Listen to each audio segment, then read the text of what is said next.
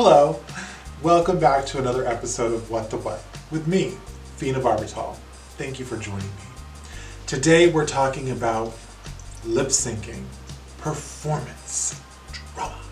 Anybody who knows me knows that my favorite place in the whole world is on stage performing, lip syncing. Over the years, I have come to hone in on this magical craft known as the lip sync.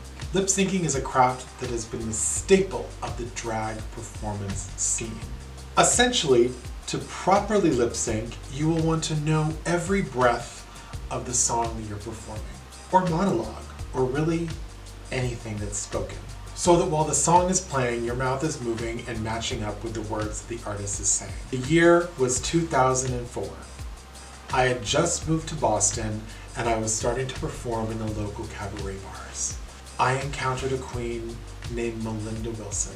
She's performed on some of the largest stages in the country.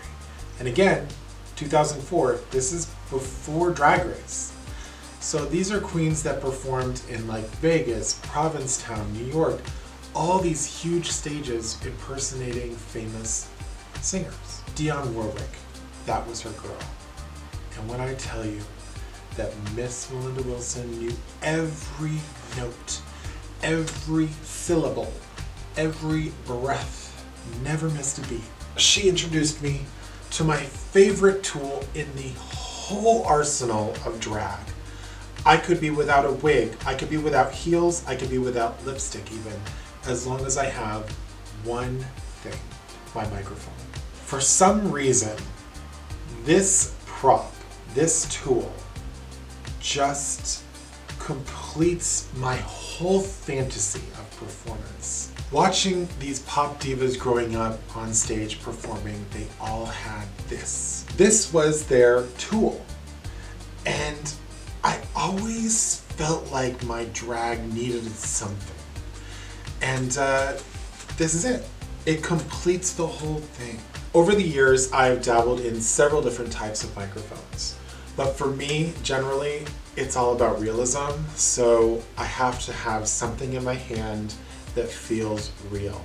So my performances have gone so far as to even fool some of the most seasoned professionals into thinking that I was actually singing live. Now, this might seem kind of ridiculous to people, but mama, that's how I roll. It's professional. I know the breath. I know the expression. I know every pause in that number. To this day, when I'm learning a song, or when I'm learning lyrics, I will look into a mirror and I will watch myself pronounce and enunciate every word. So to those of you out there who don't really take the lip sync portion seriously, I urge you, give it your all. It can really transform the whole look of your performance. And it can really make you feel a lot more confident when you're up there. I think it's important to have a wide arsenal of performances in your belt, so you're ready for anything. When you come to one of my shows, you're gonna notice something right away. All of my performances are live recordings.